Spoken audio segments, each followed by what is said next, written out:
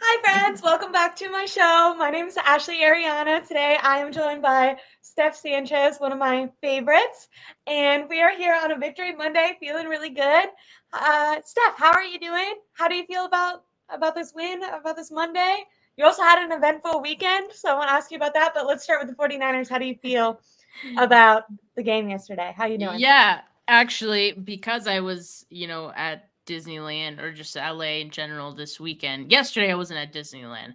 So I was kind of like in between like going or leaving our hotel and then hanging out with some friends in LA. So luckily I was able to catch most of the game. Like I actually wasn't sure if I was going to be able to at all, and in my head I was like I'll just watch Monday, but I did get to watch almost every place, so you can't ask for Oh anything yeah. better than that. And obviously I feel great about the win and about what I saw from this 49ers team, because right from the get-go they looked like the team we had seen, the team we had been accustomed to the first 5 weeks of the season, right? And the question during the bye week and during the losing streak was like, do they even still have that version of themselves in them still? Like, oh, who's going to be the team that shows up in week 10, right? Like that's what we were Yeah. kind of wondering. And I always, like, I was saying to myself, like, whatever team shows up against the Jags, that's probably the team we're going to get for the rest of the season. Yes. So I feel even greater about that. They still have it in them. They made some much needed adjustments on the defensive side of the ball. Having Trent Williams and Debo Samuel back on the offensive side of the ball proved to be, as we expected, a huge positive impact for them. And really, if they're playing at that level at both sides of the ball, it's going to be really hard for even a good team like the Jags to beat them. I completely agree. I like what you said about like it felt like that team was lost. It felt like no matter what kind of depths that they were trying to drag themselves up from, that they just couldn't show up with that same energy and force. And it was really exciting to see it flash again and be like, okay, it's in there. Those are Yeah. the stars playing up to their level, that energy, that physicality. That's what this brand of 49ers football is. And we see it and we know it exists. And I do think, even in their post game interviews, I was kind of shocked at maybe how candidly the players kind of address that narrative. I think sometimes players kind of try to be like, oh, like that's not really a thing. But George Kittle, Fred Warner, and Trent Williams all talked about thinking that like coming into this game or yesterday's game, coming into it thinking we need to make a statement. This win is important. This is going to set us up for the rest of the season. Who we show ourselves to be in this game is going to be the type of effort and energy that we're going to carry with us throughout the rest of the season, regular season, and hopefully into the playoffs and into a Super Bowl victory. I found it pretty interesting that they were so candid about addressing it in that way, because sometimes fans will kind of like, or I feel like players and teams can kind of say that's a fan narrative, and all teams are going to go through little slumps. But it seems like, at least from the way they were talking, that the players themselves felt like it was important for them to prove to themselves that they could kind of rise to the occasion and live up to their standard and prove that their identity still exists within themselves. So I thought that was really cool. I thought the game in general was just like from a more trivial sense, I thought it was a really fun watch. Like when we think about the offense and how they spread the ball around more, I thought that made the game more exciting when you see the 49ers defense playing in the way that you expect the 49ers defense to play. Like as a fan, I'm like, this is why I love this team. When you Yeah. see guys just sprinting to the ball, tackling with such force, sprinting to the quarterback, trying to wrestle for which one of them gets the sack. It seemed like all of them not only wanted to get there, but wanted to get home and wanted the sack for themselves. Like it seemed like, although they came out with intensity and energy and focus, it also seemed fun. And maybe, part of that probably has to do with the more that they got up, the less maybe pressure it felt, and the more they were able to feel the pressure. I think a good way to identify that is at the end of the game when they were trying to get Christian McCaffrey the touchdown, like how excited the sideline was about it. Or Yeah. even when Ambry Thomas made a great play, like Kyle Shanahan is going to send himself to the booth because he was like in the middle of the field cheering for him. So I feel like when you see things like that as a fan, it just like really kind of brings you there as someone who's watching from home. You can feel that energy is like palpable. I'll learn how to speak. I'll learn how to speak other times. But yeah, so aside from like it being necessary for, the eventual, cuz in the long term, a win against an AFC team, the Jaguars, not the most important thing, but I think when you understand maybe what this meant for them and proving and for the team morale, I think it was just a really fun game to watch and a really promising game. Although I mean I still have tons of questions. This um maybe is a tangent, but I'll ask you in the beginning. Do you think that the 49ers are back? Do you feel as good about them today as you did when they were on their 5-game win streak? And I think that's important because when they were on their 5-game win streak, like that doesn't mean that we thought they were going to win the Super Bowl. We thought they could. We thought they were Super Bowl contenders, but they still, even after this game, they haven't really proved that they can come back from behind. They've proved that they can win this way. This is the way that the 49ers win. So there's still questions, but at least even with those questions at the beginning of the year, I still felt confident that they would figure it out and that they could do it. And I'm wondering if you feel just as confident now after a game like this, or if you're still kind of like, hey, continue to prove it to me. Like those losses stuck with you more. How do you feel? Yeah. I mean, I definitely feel better about this team than I did during those losses, right? Like I feel I don't know if I feel the same as I did while they were on that 5-game win streak. I do feel like we have to see more. I want to see it week in and week out, right? And I don't want any lapses of play and production and all these things. So I'm gonna need to see more of it, and I'm gonna need to see it against better teams. Like the Jags are a good team, so it's great to feel, I guess, optimistic about this team based on their performances against a team like the Jags. Also, the Cowboys, for example, those are both really good teams, and I feel like they brought their best effort against both of those teams. And so yeah, they have a tough second half of their schedule, right? And you have Seahawks, Eagles, Seahawks, and that's going to be the true test, right? And that's going to be like if we see this same version of that team then, oh man, it's going to be crazy. But like you said, I think we need to see a little bit more from them. We still have questions on can they win the gritty kind of games. It's very possible those games against those teams are going to end up being gritty, because they're just Mm-hmm. really good teams who are going to make you scratch and claw for every, yard, every point, and all those things. So, I'm going to need to see more. And I do want to see them do it different ways, right? Not just getting into these early leads and then, cruising from there like they do, which is great. I mean, it's great. They can do that, right? But that's not how every game is going to be. I completely agree. I wanted to ask you when we're kind of talking about the different ways that they can win. I think we did see some adjustments from Kyle Shanahan, even though the win itself like followed the same program of get up early, and be able to kind of like ride the lead from there, rely on your defense, but also play complementary football. I think there was a major distinction, and it's something that at least I know you and I have been talking about for quite some time, which is, hey, Kyle, spread the ball around. More people exist besides Christian McCaffrey, and they're actually really, really, really good on your team. I don't understand why George Kittle doesn't get a minimum. I mean, last on Sunday yesterday, he got 4 targets. Mhm. He led the team in reception yards, performed incredibly. If you give him a 50-50 ball, he's going to come down with it. He's going to make you look great. I do not understand why, like, in the losing streak, they lost Debo Samuel, they lost Trent Williams, and George Kittle got 2 targets one of those games. Like, that is so frustrating to me. I feel like there should never be a game for the rest of the season that Brandon Ayuk and George Kittle do not get at least 4 targets. And to me, I feel like that's pretty low. Like, I feel like I tweeted out, and maybe this is hyperbolic, but I was like, he needs 10 targets a game. I don't understand.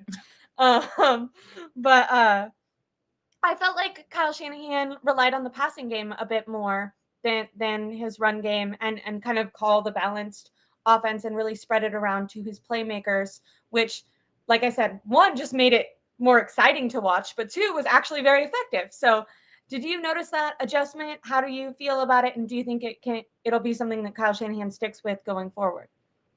I mean, I don't know if that was necessarily an adjustment. I feel like that's something we have seen throughout the season, and I think it just it tells you how much trust Kyle Shanahan has in Brock Purdy. Like they had the 2nd and inches when George Kittle caught that touchdown, right? And it was a beautiful play.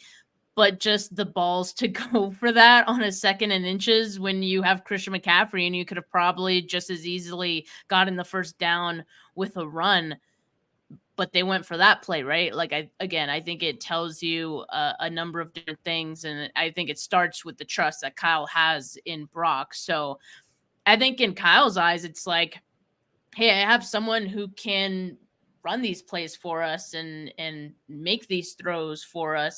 And so why not? Why not see what happens if I call this play right now? So I think it's great because I think it allows Kyle Shanahan to call games a little more freely. And I mean, I love that development, and I think if it's one that we've seen all year. The issue with the losses were that you weren't getting like complementary football, like the run game wasn't successful, and so they were throwing and throwing, but it was married with a bad run game, right? So it was harder to eventually get good, I guess, like momentum out of the pass game, and especially because it feels like the opposing defenses kind of just knew what to expect. But going back to, what you mentioned about George Kittle getting targets, I mean, the 49ers, like I'm looking at their pass attempts per game, and they actually averaged the least of any team, Yeah, in the NFL, right? 28.1. So given that, like you think about all the weapons that they have as well, it is kind of hard to like spread the ball around, or sorry, it's hard to continue to target one guy over and over when you're not even throwing that much to begin with. Like say 28, 30 throws a game, you're not going to have 1/3 of those go to George Kittle every time. Sometimes if like the opponent you're going up against calls for it, sure. But I actually like that Brock Purdy's a guy who kind of spreads the ball around. I mean, we saw everyone but Christian McCaffrey get a Get touchdown a touchdown. on This is Sunday. ironic. And, it just speaks to all the weapons that they have, right? And so I like that they spread the ball around. I do agree. Like, I think one of the better developments of not having Debo out there is, I think, like the previous 2 games, not counting the one on Sunday. Like, I feel like they rediscovered George Kittle, and Yeah, even though he wasn't getting a ton of targets, his catches were impactful, right? Like they were big plays, or yeah. just like really important key plays They were in the keeping the game. drive alive for sure. Exactly. So I feel like they rediscovered that. I feel like we saw it again despite just 3 catches, right? Like we saw it again on Sunday. And so to me, like he doesn't need a ton of targets, but as long as those targets and those catches are like valuable to the team, and so far they have been, they've made a big difference. I think the 49ers would be really happy with that. I think it would be smart going forward because the 49ers did pass the ball way more than they normally would on Sunday's game against the Jaguars. And I think that should be something that they stick with. When you look at previous Super Bowl contenders in the last 5 years or 10 years, I've seen this stat on Twitter, but I might be not quoting it correctly. But I think most quarterbacks have thrown like a minimum of, they have like a lot of pass attempts compared to what the 49ers are used to. So I feel like maybe leaning on a more passing, like a stronger passing attack in this offense could be smart, because if you have so many weapons, why would you not utilize them? To me, this offense is only more effective when you're getting guys like George Kittle, Brandon Ayuk, Debo Samuel involved. Even Christian McCaffrey, I felt like when we're talking about adjustments, I felt like passing him the ball more than just handing it off to him was really effective yesterday. Do you think, because I think that the 49ers, I think the addition of Trent Williams also was so impactful. It's kind of funny when a backup comes in and performs pretty well. I think I can be like, oh, like good, like he's not doing bad. And then when you see Trent Williams in there, you're like, oh, like the difference is so stark. I felt like the 49ers really beat up the Jaguars on both sides of the trenches on both sides of the ball, but that offensive line looked really good. I thought John Feliciano was really good. I wonder when Aaron Banks shows back up. I wonder how they'll add him to the rest of the line. I imagine maybe they'll sub him in for Burford, who did have that one effort play that I thought was really where the announcers called it like the one man tush push because Christian McCaffrey was like stopped, and then you saw Christian McCaffrey like try to keep going, and then just Burford just like pushes him, and there's like 5 Jaguars players, and they ended up getting the first down. So I really do, that's what I mean. Like when you, not just on defense, but when you looked at yesterday's team, like the effort and energy was just so there, which is really impressive because that was an early body clock game. Obviously, they Yeah. had a bye week to like mentally prepare. But when you think about the Jaguars, also had a bye week to prepare, and they weren't adjusting to flying across the country in the early body clock. I just felt so excited when I was watching them. But you kind of mentioned something that you thought that the offense maybe was running more efficiently due to Kyle Shanahan's trust in Brock Purdy, and something that we talked about over the bye week was kind of wondering, hey, will Kyle Shanahan continue to show trust in Brock Purdy, or because of his struggles, will we see him kind of revert to trying to get the ball out of Purdy's hands? And I'm really glad that he didn't go away from that. And Purdy proved him right. He threw a couple darts, like straight amazing balls. He also threw a couple ones where you were like, but he gave his playmakers a chance to make him look right, and they did.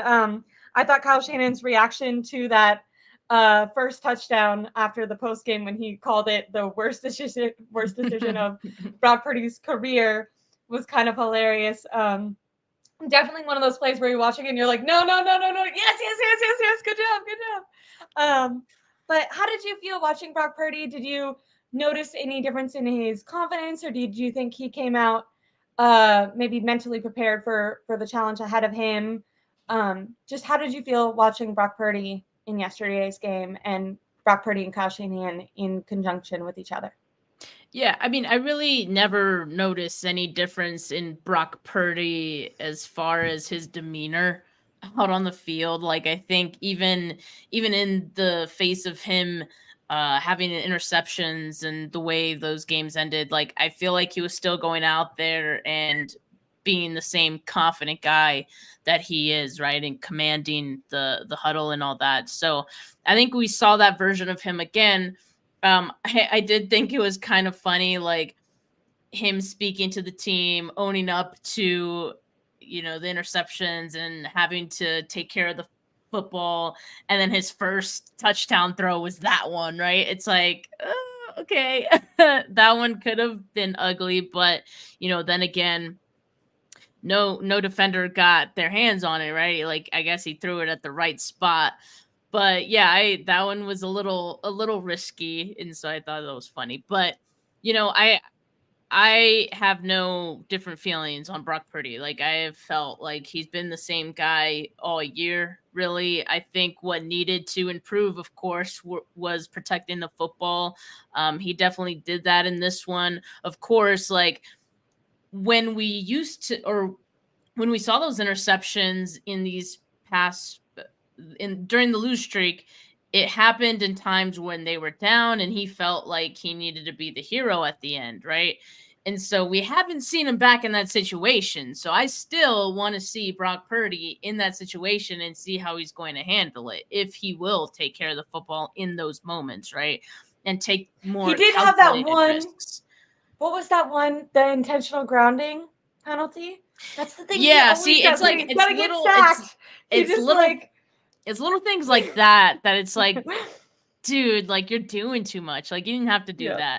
that. But it's little things that I think mental Every player errors, is going to have something that you young have to look. quarterback errors, like I feel like he'll just learn to not do those things with time, at least you hope, right? So, obviously I want to see more of Brock and how he handles like adverse situations, but obviously when the 49ers get up early, it's hard to stop this offense and it's hard to slow down Brock Purdy because then he really just gets on this roll. And even in the losses, like he had good game. Like he had good plays, he had good throws in those games where he threw interceptions too. So it's not like we've ever seen him play horribly for like one entire whole game. You know what I mean? So I still feel good about Brock Purdy. I'm glad Kyle Shanahan trusts him. And we're seeing the level of the offense, kind of the ceiling of the offense kind of be at this level that it is right now. And I do think a lot of it has to do with Trent Williams and Deebo Samuel being out there, Mm-hmm. as you mentioned. And we had been talking about that for a while, I like how know. how much of a difference those guys were going to make, and we saw it multiple times on the game on Sunday. So happy to have those guys back, and happy to have the offense rolling just like it was at the beginning of the year. Moving away from the offensive side, um, how about Steve Wilkes moving to the sideline? Do you think that that was the key to it all? I don't think it was actually any maybe in-game adjustments, any player personnel decisions. I think it was just him standing on the sideline. I feel like we fixed it. That's You know what I it. mean? That's Did the you that's it, see? right? Did you see? Just as a side note, really quick, did you see? Because the camera was obviously trying to follow him. Did you see him with his little notepad, like hiding in, like trying to like recluse himself, like creating a little booth atmosphere for himself on the field? The camera flashed over to him. He's not talking to anyone. He's like so focused. His shoulders are like this, and his pad is like this, and he's like trying to create like a space of closure for. So, no, I will say, on that Ambry thing where the whole entire team decided to, um, get penalized, he was very excited for Ambry and that team, and I thought it was nice seeing Ambry too. I saw a clip after this, it was just like on Twitter where Ambry was kind of shaking him and being like, "I got you, and I want you to remember this." Yeah. Yep. And that eye contact that Steve Wilkes can get with his players, Fred Warner, Nick Bosa, Eric Armstead said that he felt good having Wilkes there and being able to kind of look him in his eyes. So I don't want to. I'm joking around, but I don't want to completely trivialize. Once again, I'll learn how to speak a different day. But I don't want to trivialize the impact altogether. But I did think that those instances were a little bit funny. But there were some adjustments, and it was a difference. How did you feel about Steve Wilkes and his defense on Sunday?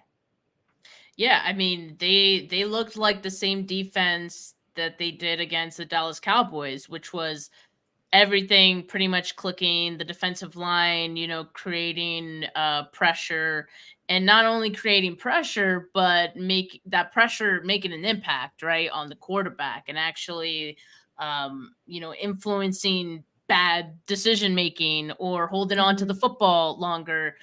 So I loved it. I loved it. It was obviously not just because Wilkes was on the sidelines, right? I think we saw a number of adjustments that they made on the defensive side of the ball that allowed for the defensive line to look like their old selves again. I know one of the things Christopher Johnson in the comments here mentioned was a different defensive fronts. Like there was a point in which he was putting both Nick Bosa and Chase Young rushing from the interior. Like those are new wrinkles like we hadn't seen before, and it gets the quarterback thinking even just like a second longer.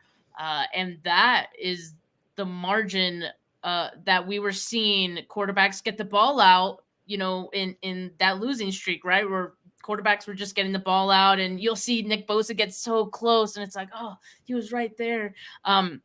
And so again, like if you could just slow down the quarterbacks like processing a little bit, make them hesitate.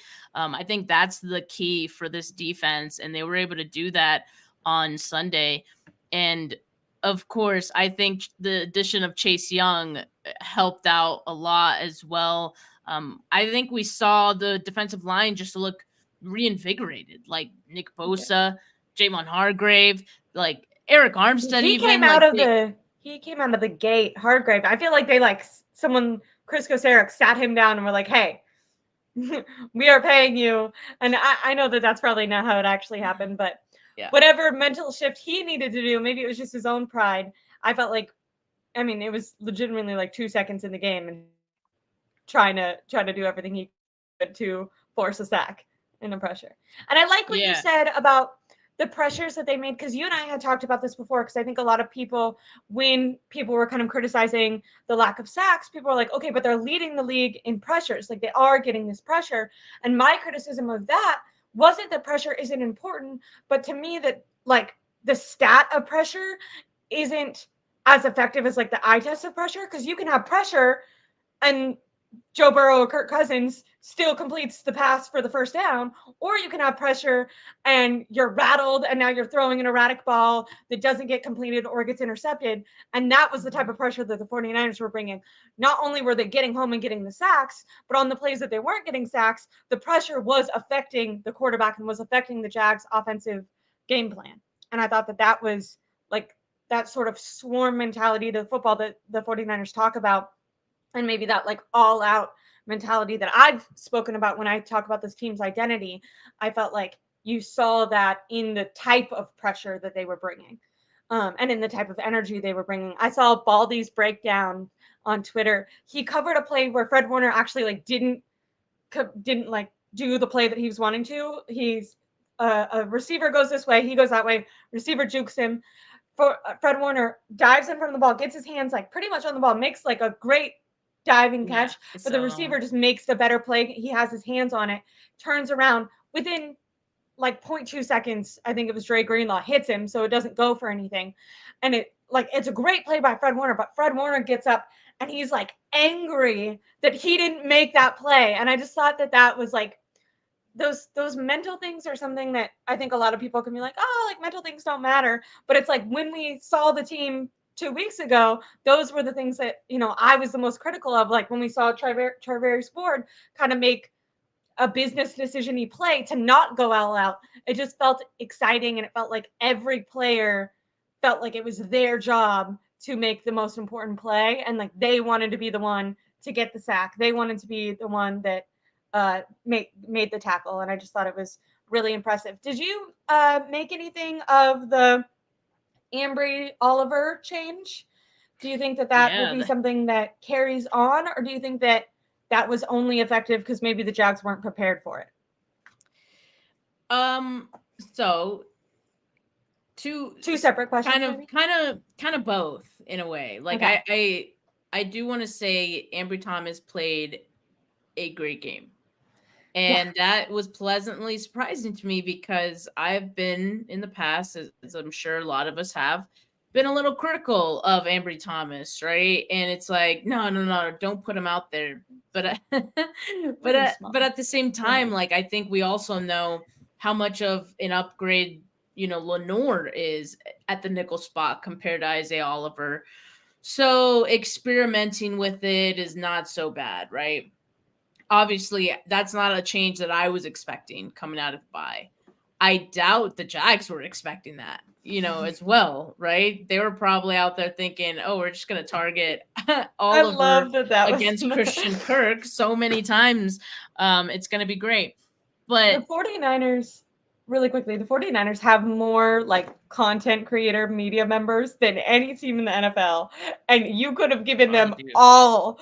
And I think they did. Every single person was like keys to win, things that they're going to do, adjustments they're going to make. I guarantee I want to pay someone to go through and watch 48 hours of just straight 49ers content. And I guarantee no one's adjustment was like, hey, let's bring Ambry Thomas in.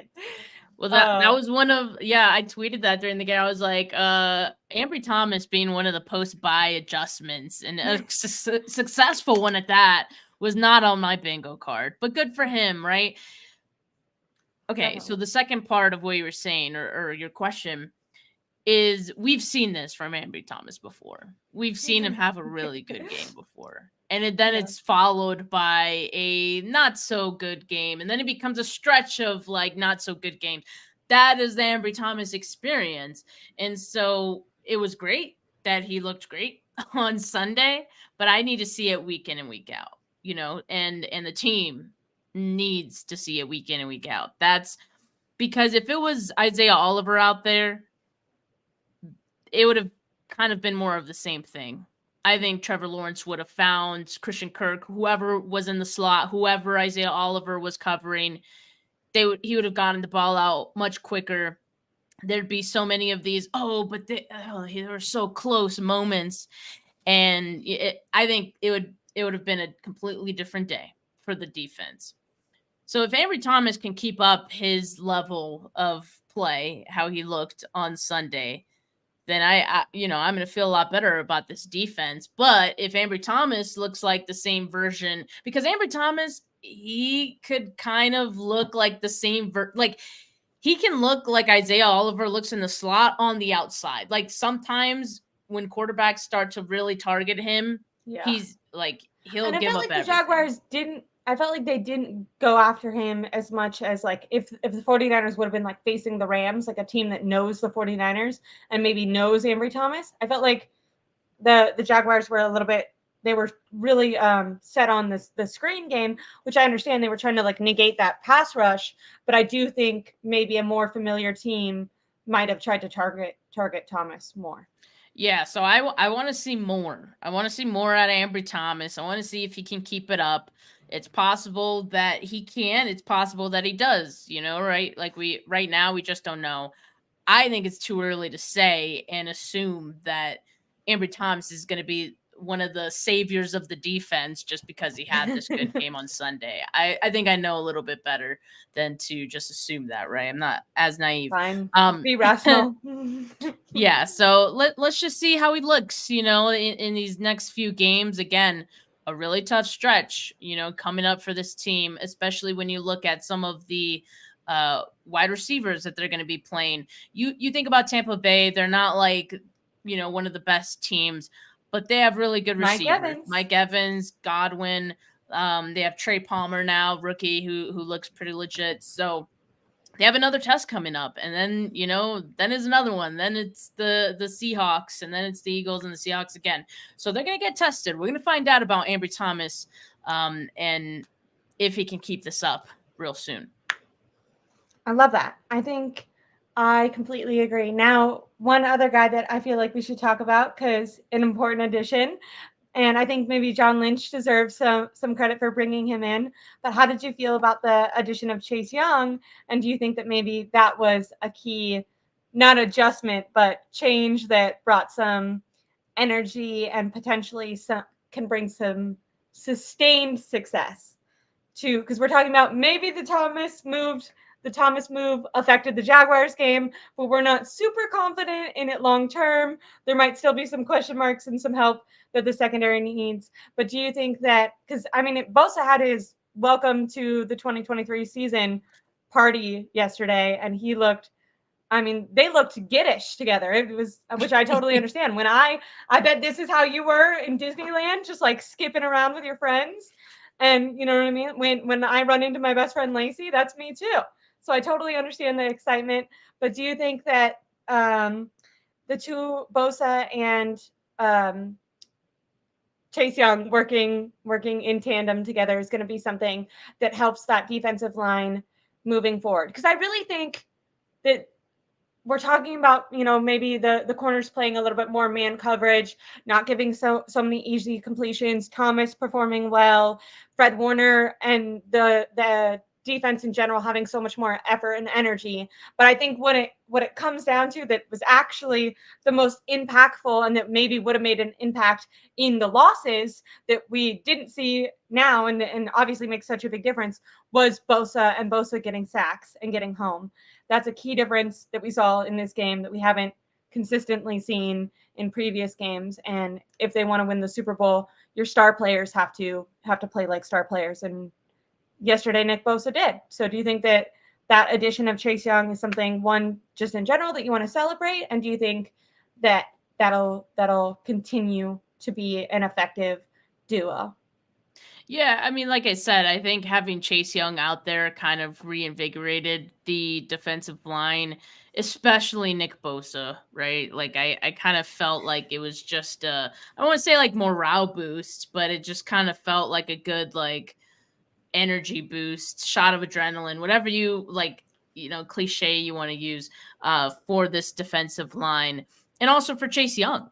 Like I think it looks like they're Yeah, he having seemed fun. excited. Yeah. Like, it looked like Nick Bosa and Chase Young are just having fun out there, and it's like a competition, like, who's gonna get to the quarterback first? Like, Did you I'll see that beat you little there. clip where he was like, "Oh no, I'm gonna get him next time"?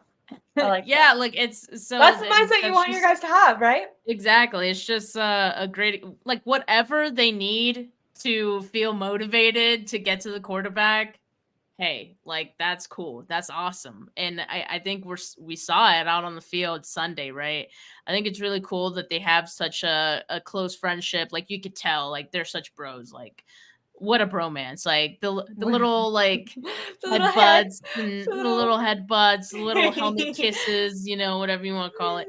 Um I think I loved it's it. great. It's great to see off the field, but also when they're on the field and they're going after the quarterback, like the one They sack challenge where each other. they They they challenge each challenge other. each other. That's such a yes. That's a great way to put it. They challenge each other, and I think they sharpen each other as they do that, right? And I it's also gonna be feel fun. like Like I feel like I noticed, and who knows if this is true, but in the little clips that were going viral, I noticed a bit of like maybe, and I don't mean this disrespectfully, and I don't know, maybe I'm not phrasing it right because I think some people like I feel like boys are fragile, so they could take this wrong. But I could be rephrasing this incorrectly, but I noticed some like little brother, big brother syndrome. Like Chase Young was kind of like trying to impress Bosa. Like he was like, I got there first, and like I'm gonna do good. And Bosa was like, all right, you can come and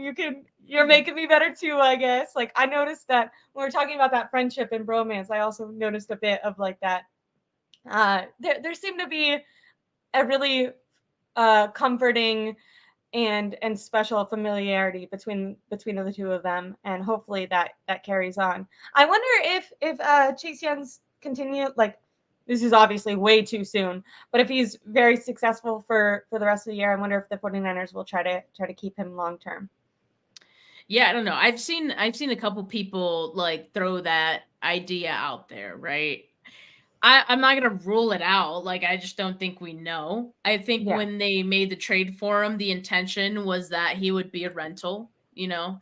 Um, but things can change, right? Like they can always feel like, hey, like we actually have something kind of special here. Let's actually, bring him back. He's young, right? If he stays healthy the rest of the year, that's another positive thing to feel good about him long term. So who knows? Like I really don't know. No one really knows. I'm sure the 49ers don't even know right now. Like they need to see this season play out to really make that decision.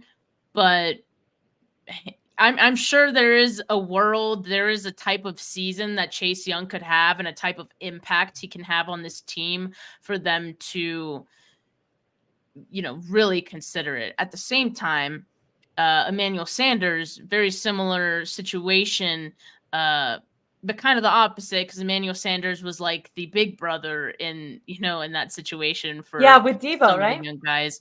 But they let him walk after that season, right? Yeah. So okay, great, you made your impact, and that impact was felt for like several years. So who knows? I don't know. I just feel like they usually stick to their original plan in that case, but we'll see. I'm sure it'll be fun discussion at the end of the season to debate. I completely agree. Well, I know that you have a show coming up, so I'm gonna let us get off a little bit early. I wanted to touch super like 2 minutes on this last thing. I know it was a debate on at least Twitter and amongst some fans if you thought that Kyle Shanahan trying to get Christian McCaffrey that record at the end of the game. Some people said, "Hey, it's history. Hey, that like it creates a team atmosphere, makes players want to come to the 49ers. It makes players like Kyle Shanahan because they know that he's going to try to get him those things." On the other hand, people said, hey, if he scores a touchdown and breaks his leg and the 49ers miss the playoffs, a lot of people are going to be like, hey, Kyle Shanahan, there's going to be a fire under your ass. Why was Christian McCaffrey in the game up multiple touchdowns with a bunch of other backups? Did you have an opinion on if you thought it was good or bad? Do you understand both sides? How did you feel Yeah, I about that? mean, Because that was something that we had been keeping track of since yeah. the beginning. I definitely understand both sides, but watching it live, I loved it. Yeah. I loved it. Like that tells you right there, not only that they have like this like I don't know, brotherhood. Like you said earlier, they were all so excited and Yeah. like on their toes, like seeing if he can get it done. Brock Purdy And had the helmet thing, and he was yeah, he listening was to like play call, listening and to he the would tell plays Kittle, and and they were like trying to see. I thought that was cute.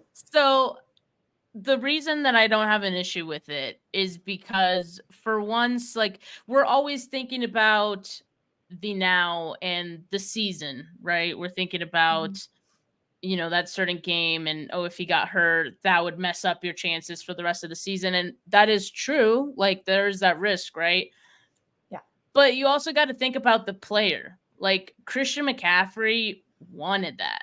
And for how much Christian McCaffrey means to the team and how much effort he puts into the team, he deserved that opportunity. Like that is literally like a legacy thing. That is a potentially once in a career type of opportunity for Christian McCaffrey. And Christian wants it. So because of everything he's done for the team, you want to give it to him. That's what it is. It's being selfless, like showing because respect. Kyle Shanahan like did weigh that risk. Like, Yeah. he could get hurt here. Like, I know that, but Christian wants to do this. He wants to get this record. So I'm gonna try to give it to him, and we're gonna have fun doing it, right? So I thought it was great. I thought it just shows like the type of cool coach that Kyle is to even want to get him that. And you can tell Christian appreciated it, even though he didn't get it. It's like that's why players play hard. Just the thought of it counted. He, after the fourth down, he got off the field smiling. That stuff matters. That stuff matters to players. So I thought it was selfless for Kyle Shanahan and the 49ers to want to do that for him. I thought it was really cool. I completely agree. I didn't even consider it from that perspective. I more just considered it like, hey, this is football, this is sports. Like these are competitors, and records do matter, and history does matter. But I didn't even think about it from the like perspective of like that's Kyle Shanahan and the 49ers showing respect to Christian McCaffrey and kind of saying like, this is how much you mean to us. And we are thankful that you brought, like, we believed in you and we brought you in because we believed in you. And that belief has paid off. And we're trying to like pay homage to that. So, but I'll wrap it up because I did keep you 5 minutes over the time that I thought you would. Everyone, thank you so much. So many people are joined in with us today. I really appreciate it. Please like and subscribe to my YouTube channel. I recently hit 1,000 subscribers. I'm going to have a live stream with Jose Sanchez tomorrow, and I'll be putting up lots of little videos. I've had so much fun doing this, and I have to admit, as I try to say I don't think that win or loss matters, but on these weeks where we win, I just am, or where the 49ers win, I just am in a much better mood, and I'm so excited to do content and interact with the comments and with everyone and have shows like this. I am so thankful to Steph for always coming on and bringing all her facts, knowledge, and enthusiasm. Everyone, go subscribe to Steph's channel if you're not already. Steph, do you have anything else to promote before you go? I know you have a show at 4, so everyone tune in. Yeah, I have a show here in 9 minutes or so. So with Weston, so make sure you tune into that. We can't wait to be talking about a win again in that show, because the shows that I do with Weston on Monday are Player of the Week shows. We literally vote on which player had like the best performance that week, or in the losses, you can imagine how hard that is. So on the losses, we talk about like which player provided a silver lining, gave us a spark. It was so hard. So we're excited. We're excited to be doing it again, but now talking about yet another win. It should be a fun show. So make sure you tune into that. Appreciate you, Ashley. Thank you so much. This was a fun show. Yes. Thank you guys. Thank you, everyone. Have a wonderful Victory Monday. Like and subscribe to both our channels. We'll be back tomorrow or later on today. Thank you.